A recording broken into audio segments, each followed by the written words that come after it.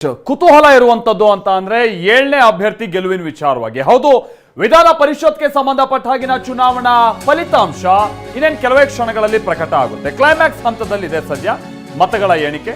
ಕೆಲವೇ ಕ್ಷಣಗಳಲ್ಲಿ ಚುನಾವಣಾ ಫಲಿತಾಂಶ ಪ್ರಕಟ ಆಗುತ್ತೆ. ಈಗ ಆಲ್ರೆಡಿ ಪರಿಷತ್ ಚುನಾವಣೆ ಮತ ಎಣಿಕೆ ಪ್ರಕ್ರಿಯೆ ಆರಂಭ ಆಗಿದೆ. ಹತ್ತತ್ರ 5 ಗಂಟೆ 10 ನಿಮಿಷದಲ್ಲೇ ಆರಂಭ ಆಗಿದೆ. 7 ಸ್ಥಾನ 8 ಅಭ್ಯರ್ಥಿ. ಆ ಕಾರಣಕ್ಕಾಗಿನೇ ಹೇಳಿದ್ದು 7ನೇ ಅಭ್ಯರ್ಥಿ ಗೆಲ್ಲಬಹುದು ಯಾರು ಅನ್ನೋದು. ವಿಧಾನಸೌಧದಲ್ಲಿ ಮತ ಎಣಿಕೆ ಕಾರ್ಯ ನಡೀತಾ ಇದೆ. ಗೆಲುವಿನ ವಿಶ್ವಾಸದಲ್ಲಿ ಕಾಂಗ್ರೆಸ್ ಇದೆ. ದೋಸ್ತಿಗಳಿಗೆ ಸಹಜವಾಗಿ ಟೆನ್ಷನ್ ಇದೆ. ದೋಸ್ತಿಗಳಿಗೆ ಟೆನ್ಷನ್ ಇದೆ ಅನ್ನೋದಕ್ಕಿಂತ ಜೆಡಿಎಸ್ ಒಂದ್ ಸ್ವಲ್ಪ ಟೆನ್ಷನ್ ಇರ್ಬೋದು. ಬಿಜೆಪಿಯವರು ಇದನ್ನ ಆಲ್ರೆಡಿ ಲೆಕ್ಕದಿಂದ ಬಿಟ್ಟಿದ್ದಾರೆ. ಅವ್ರು ಇವತ್ತು ಮಾತಲ್ಲೇ ಅದು ಗೊತ್ತಾಗ್ತಾ ಇತ್ತು. ಆಮೇಲೆ ಇಬ್ರು ಏನೋ ಬಹಳ ಸಂಘಟಿತವಾಗಿ ಚುನಾವಣೆ ಎದುರಿಸೋದು, ಆ ರೀತಿಯಾದಂಥ ತಂತ್ರಗಾರಿಕೆ ಅದನ್ನು ಕೂಡ ನಾವೇನು ಗಮನಿಸ್ತಾ ಇಲ್ಲ ಈ ಬಿಜೆಪಿ ಹಾಗೆ ಜೆಡಿಎಸ್ ನ ನಡುವೆ.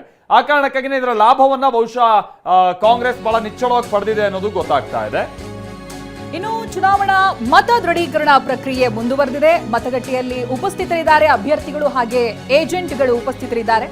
ಇನ್ನು ಅಭ್ಯರ್ಥಿಗಳಾದ ರಘು ಕೌಟಿಲ್ಯ ಮತ್ತೆ ವಿನಯ್ ಕಾರ್ತಿಕ್ ಉಪಸ್ಥಿತಿ ಕೂಡ ಕಂಡು ಬರ್ತಾ ಇದೆ. ಆಶ್ಚರ್ಯ ಏನಂತ ಹೇಳಿದ್ರೆ, ಹಾಗೆ ಒಂದು ಸ್ಪೆಷಲ್ ಏನಂತ ಹೇಳಿದ್ರೆ, ವಿಕ್ಟರಿ ಸಿಂಬಲ್ ಅನ್ನ ಇದಾಗಲೇ ತೋರಿಸ್ತಾ ಇದ್ದಾರೆ. ಕಾಂಗ್ರೆಸ್ನ 5ನೇ ಅಭ್ಯರ್ಥಿ ವಿನಯ್ ಇದಾಗಲೇ ಬಂದಿದ್ದಾರೆ. ಅವರು ರಘು ಕೌಟಿಲ್ಯ ಕೂಡ ಅವ್ರ ಜೊತೆಗಿದ್ದಾರೆ. ವಿನಯ್ ಕಾರ್ತಿಕ್ ಹಾಗೆ ರಘು ಕೌಟಿಲ್ಯ. ಡಿಕೆ ಅವ್ರಿಗೆ ಬಹಳ ಆಪ್ತರು ವಿನಯ್ ಕಾರ್ತಿಕ್ ಅವರು. ಸೊ ಇದೀಗ ಅವರ ಉಪಸ್ಥಿತಿ ಇದೆ. ಜೊತೆಗೆ ವಿಕ್ಟರಿ ಸಿಂಬಲ್ ಅನ್ನ ಇದಾಗಲೇ ತೋರಿಸ್ತಾ ಇದ್ದಾರೆ. ಸೊ ಕಾಂಗ್ರೆಸ್ ತನ್ನ ತಂತ್ರಗಾರಿಕೆಯನ್ನ ಕೊನೆ ಕ್ಷಣದಲ್ಲಿ ಬದಲು ಮಾಡ್ತು.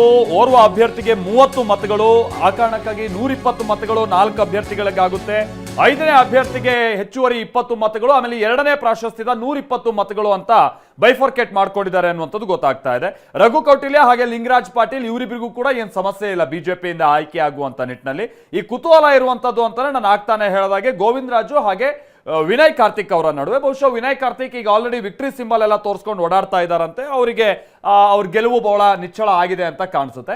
ನಾವು ಪ್ರತಿನಿಧಿ ಪ್ರಸನ್ನ ಇದಕ್ಕೆ ಸಂಬಂಧಪಟ್ಟಂಗೆ ಮತ್ತಷ್ಟು ಡೀಟೇಲ್ಸ್ ಅನ್ನ ಕೊಡ್ತಾರೆ. ನಮ್ಮ ಜೊತೆಗೆ ನೇರ ಸಂಪರ್ಕದಲ್ಲಿ ಜಾಯ್ನ್ ಆಗ್ತಾ ಇದ್ದಾರೆ. ಪ್ರಸನ್ನ, ಸೊ ಈಗ ಏನ್ ಪ್ರಕ್ರಿಯೆ ನಡೀತಾ ಇದೆ ಪ್ರಸನ್ನ? ಆಮೇಲೆ ಬಹುಶಃ ಇನ್ನೊಂದು 15-20 ನಿಮಿಷ ಆಗುತ್ತಾ ರಿಸಲ್ಟ್ ಹೊರಬೀಳೋಕೆ? ಏನ್ ಕತೆ ಪ್ರಸನ್ನ? ಜಸ್ಟ್ ಹೋಲ್ಡ್, ಮಾತನಾಡ್ತೀನಿ ನಿಮ್ ಜೊತೆಗೆ.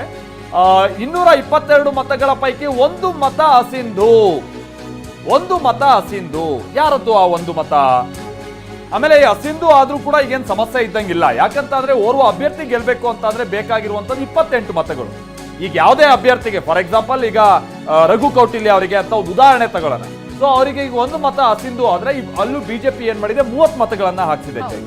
ಸೊ ಸೇಫರ್ ಸೈಡ್ಗೆ ಇಲ್ಲಿ 2 ಮತಗಳನ್ನ ಅವರು ಅಡಿಷನಲ್ ಆಗಿ ಹಾಕ್ಸಿದ್ದಾರೆ. ಹಾಗಾಗಿ 1 ಮತ ಅಸಿಂಧು ಆದ್ರೂ ಏನ್ ಸಮಸ್ಯೆ ಇಲ್ಲ ಅಂತ ಕಾಣಿಸುತ್ತೆ. ಪ್ರಸನ್ನ ನಮ್ಮ ಜೊತೆಗೆ ಸಂಪರ್ಕದಲ್ಲಿದ್ದಾರೆ. Prasanna, over to you. ಏನ್ ಪ್ರಕ್ರಿಯೆ ನಡೀತಾ ಇದೆ ಸದ್ಯ? ಜೊತೆಗೆ ಇನ್ನೆಷ್ಟು ನಿಮಿಷ ಆಗ್ಬೋದು ಪ್ರಸನ್ನ ರಿಸಲ್ಟ್ ಬರೋದಕ್ಕೆ? ಬಹುಶಃ ಕೆಲವರು ಈಗ ವಿನಯ್ ಕಾರ್ತಿಕ್ ಆಗಿ ಗೋವಿಂದರಾಜ್ ಅವ್ರ ನಡುವೆನೆ ನಮ್ಗೆ ಕುತೂಹಲ ಇದ್ದಿದ್ದು. ವಿನಯ್ ಕಾರ್ತಿಕ್ ಬಹಳ ಕಾನ್ಫಿಡೆಂಟ್ ಆಗಿದ್ದಾರೆ ಅಂತಂದ್ರೆ ಬಹುಶಃ ಅವ್ರಿಗೆ ಗೆಲುವಿನ ಆ ಸುಳಿವು ಸಿಕ್ಕಿದೆ ಅಂತ ಕಾಣಿಸುತ್ತೆ. ಪ್ರಸನ್ನ,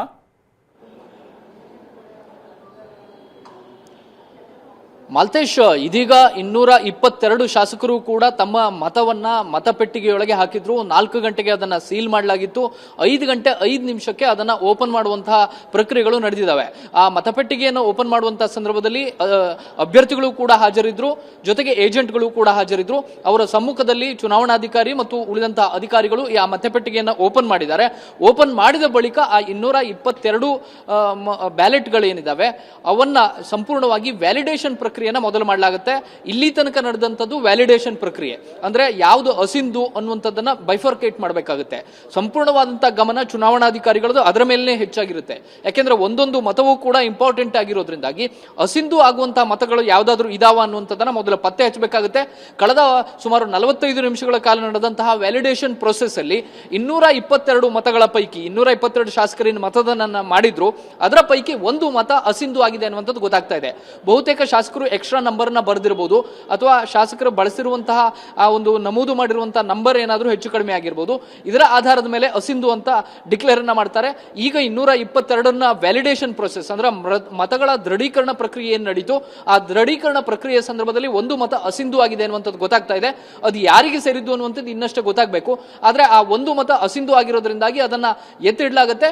ಈಗ ಕೌಂಟ್ ಮಾಡುವಂಥದ್ದು ಪ್ರಕ್ರಿಯೆ ಪ್ರಾರಂಭ ಆಗುತ್ತೆ. ಆ ಸಂದರ್ಭದಲ್ಲಿ ಕೇವಲ 221 ಮತಗಳ ಎಣಿಕೆ ಎಣಿಕೆ ಕಾರ್ಯ ಮಾತ್ರ ನಡೆಯುತ್ತೆ.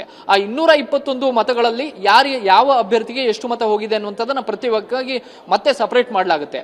ಈಗ ಇರುವಂತಹ ಕುತೂಹಲ ವಿನಯ್ ಕಾರ್ತಿಕ್ ಅವರಿಗೆ ಎಷ್ಟು ಮತಗಳು ಬರುತ್ತೆ ಮತ್ತು ಗೋವಿಂದರಾಜ್ ಅವರಿಗೆ ಎಷ್ಟು ಮತಗಳು ಬರುತ್ತೆ ಅನ್ನುವಂಥದ್ದು ಇದೀಗ ಇರುವಂತಹ ಕುತೂಹಲ. ಜೊತೆಗೆ ಅಸಿಂಧು ಆಗಿರೋ ಮತ ಯಾರಾದರೂ ಕ್ರಾಸ್ ವೋಟಿಂಗ್ ಮಾಡಿದಂಥವರ ಮತವೇ ಅಸಿಂಧು ಆಗಿದೆಯಾ ಅನ್ನುವಂಥದ್ದು ಕೂಡ ಒಂದು ಕ್ಯೂರಿಯಾಸಿಟಿ. ಅಂದರೆ JDS ನ ಅಭ್ಯರ್ಥಿಗೆ ಮತ ಹಾಕೋದಕ್ಕೆ ಸಾಧ್ಯ ಇಲ್ಲ, ಹಾಗಂತ ಕಾಂಗ್ರೆಸ್ಗೆ ಹಾಕಿದ್ರೆ ಅದು ತಪ್ಪಾಗುತ್ತೆ. ಈ ಕಾರಣಕ್ಕೋಸ್ಕರ ಎಲ್ಲೋ ಒಂದು ಕಡೆ ಉದ್ದೇಶಪೂರ್ವಕವಾದಂತಹ ಅಸಿಂಧುನ ಅನ್ನುವಂಥದ್ದು ಗೊತ್ತಾಗಬೇಕಾಗಿದೆ. ಆದರೆ ಸದ್ಯಕ್ಕಂತೂ ಒಂದು ಮತ ಅಸಿಂಧು ಆಗಿರೋದ್ರಿಂದಾಗಿ 221 ಮತಗಳ ಎಣಿಕೆ ಕಾರ್ಯ ಈಗ ಚಾಲನೆಯನ್ನ ಪಡೆದುಕೊಂಡಿದೆ. BK ಹರಿಪ್ರಸಾದ್ ಅವರು ಇಷ್ಟೊತ್ತಿರಲಿಲ್ಲ, ಅವರು ಕೂಡ ಈಗ ಬಂದಿದ್ದಾರೆ. ಉಳಿದಂತಹ ಎಲ್ಲ ಅಭ್ಯರ್ಥಿಗಳು ಕೂಡ ಒಳಗಡೆ ಇದ್ದಾರೆ. ಅವರ ಸಮ್ಮುಖದಲ್ಲಿ ಮತಗಳ ಎಣಿಕೆ ಪ್ರಕ್ರಿಯೆ ಪ್ರಾರಂಭ ಆಗುತ್ತೆ. ಎಣಿಕೆ ಪ್ರಕ್ರಿಯೆ ಸಂದರ್ಭದಲ್ಲಿ ಉದಾಹರಣೆಗೆ BK ಹರಿಪ್ರಸಾದ್ ಅವರಿಗೆ ಎಷ್ಟು ಅನ್ನುವಂಥದ್ದನ್ನ ಸಪರೇಟ್ ಆಗಿ ಎತ್ತಿಡ್ತಾರೆ. ಇನ್ನು ಉಳಿದಂತಹ ಅಭ್ಯರ್ಥಿಗಳಿಗೆ ಎಷ್ಟೆಷ್ಟು ಅನ್ನುವಂಥದ್ದನ್ನು ಕೂಡ ಮತಗಳ ವ್ಯಾಲಿಡ್ ಆಗಿರುವಂತಹ ಮತಗಳನ್ನ ಪ್ರತ್ಯೇಕವಾಗಿ ಎಣಿಸ್ತಾರೆ. ಅದರ ಆಧಾರದ ಮೇಲೆ ಒಬ್ಬೊಬ್ಬ ಅಭ್ಯರ್ಥಿಗೆ ಎಷ್ಟು ಮತಗಳು ಬಂದಿದ್ದಾವೆ ಅನ್ನುವಂಥ ಒಂದು ಸ್ಪಷ್ಟ ಚಿತ್ರಣ ಸಿಗುತ್ತೆ. ಈಗ ಗೋವಿಂದರಾಜು ಅವರಿಗೆ ಎಷ್ಟು ಮತ ಬಂತು ಅನ್ನೋದ್ರ ಮೇಲೆ, ಜೊತೆಗೆ ವಿನಯ್ ಕಾರ್ತಿಕ್ ಅವರಿಗೆ ಎಷ್ಟು ಮತ ಬಂತು ಅನ್ನೋದ್ರ ಮೇಲೆ ಕ್ರಾಸ್ ವೋಟಿಂಗ್ ಆಗಿದೆಯಾ ಆಗಿಲ್ವಾ ಅನ್ನುವಂಥ ಒಂದು ಸ್ಪಷ್ಟ ಚಿತ್ರಣ ಸಿಗುತ್ತೆ. ವಿನಯ್ ಕಾರ್ತಿಕ್ ಅವರಿಗೆ ಈಗ ಇರುವಂತಹ ಲೆಕ್ಕಾಚಾರಗಳ ಪ್ರಕಾರ ಬಹುತೇಕ 27 ಅಥವಾ 28 ಮತಗಳು ಬರಬೇಕು.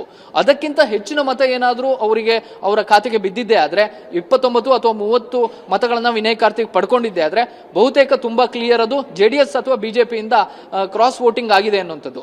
ಅದರ ಬಗ್ಗೆ ಒಂದು ಕ್ಲಾರಿಟಿ ಸಿಗೋ ತನಕವೂ ಕೂಡ ಈಗ ರಿಸಲ್ಟ್ ನ ಒಂದು ಬಹಿರಂಗ ಆಗೋದಿಲ್ಲ. ಬಹುತೇಕ ಈ ಮತ ಎಣಿಕೆ ಪ್ರಕ್ರಿಯೆ ಪ್ರಾರಂಭ ಆಗಿರೋದ್ರಿಂದಾಗಿ ಅದು ಹೆಚ್ಚು ಸಮಯವನ್ನು ತೆಗೆದುಕೊಳ್ಳೋದಿಲ್ಲ.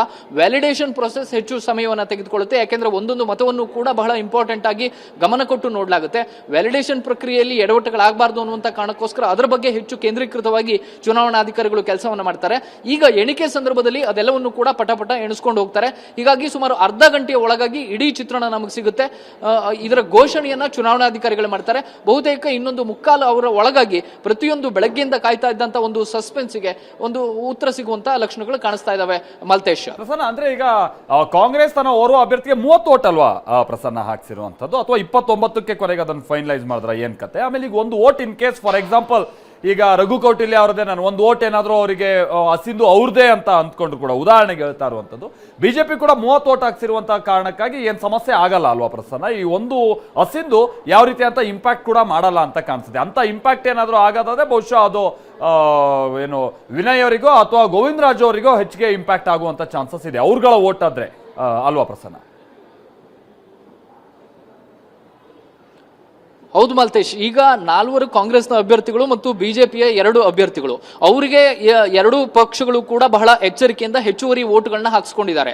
ಈಗ ಕಾಂಗ್ರೆಸ್ ತನ್ನ 4 ಅಭ್ಯರ್ಥಿಗಳಿಗೆ ತಲಾ 30 ಓಟ್ಗಳನ್ನ ಹಾಕಿಸ್ಕೊಂಡಿದೆ. ಹೀಗಾಗಿ ಒಂದು ಅಸಿಂಧು ಆದರೂ ಕೂಡ 29 ಓಟ್ ಅವರಿಗೆ ಇದ್ದೇ ಇರುತ್ತೆ. ಹೀಗಾಗಿ ಗೆಲುವಿಗೆ ಯಾವುದೇ ರೀತಿಯ ಸಮಸ್ಯೆ ಆಗೋದಿಲ್ಲ.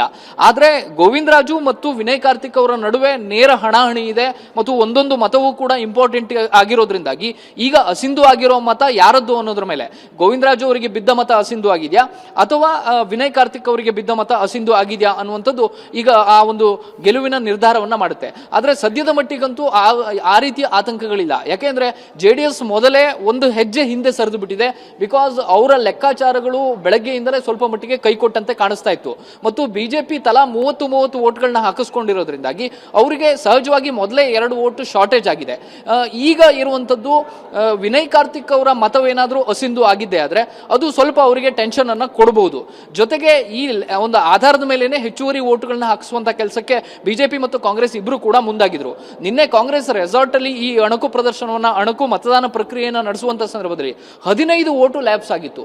ಅದೇ ರೀತಿಯಲ್ಲಿ ಇಲ್ಲೇನಾದ್ರೂ 15-16 ಓಟುಗಳು ಲ್ಯಾಪ್ಸ್ ಆದ್ರೆ ಅವಾಗ ಎಲ್ಲರ ಗೆಲುವಿನ ಮೇಲೂ ಕೂಡ ಒಂದಷ್ಟು ಪರಿಣಾಮವನ್ನ ಬೀರ್ತಾ ಇತ್ತು. ಆದ್ರೆ ನಿನ್ನೆ 3 ಬಾರಿ ಶಾಸಕರಿಗೆ ತರಬೇತಿಯನ್ನು ಕೊಡಲಾಗಿದೆ. ಹೀಗಾಗಿ ಕಾಂಗ್ರೆಸ್ನ ಓಟುಗಳ ಪ್ರಕ್ರಿಯೆಯಲ್ಲಿ ಅಂತ ಲೋಪಗಳಾಗಿದೆ ಎನ್ನುವಂತ ಅನುಮಾನಗಳು ಇಷ್ಟಕ್ಕಂತೂ ಇಲ್ಲ. ಆದ್ರೆ ಬಿಜೆಪಿ ಅಷ್ಟು ತಯಾರಿಯನ್ನ ಮಾಡ್ಕೊಂಡಿರಲಿಲ್ಲ. JDS ಆ ರೀತಿಯ ಒಂದು ತಯಾರಿಯನ್ನ ಸಿದ್ಧತೆಯನ್ನ ಪ್ರಾಕ್ಟೀಸ್ ಅನ್ನ ಮಾಡ್ಕೊಂಡಿರಲಿಲ್ಲ. ಹೀಗಾಗಿ ಅವರ ಓಟುಗಳಲ್ಲಿ ಏನಾದ್ರೂ ವ್ಯತ್ಯಾಸ ಆಗಿದೆಯಾ ಅನ್ನುವಂಥದ್ದು ಈಗ ಗೊತ್ತಾಗಬೇಕಾಗಿರುವಂತಹ ವಿಚಾರ.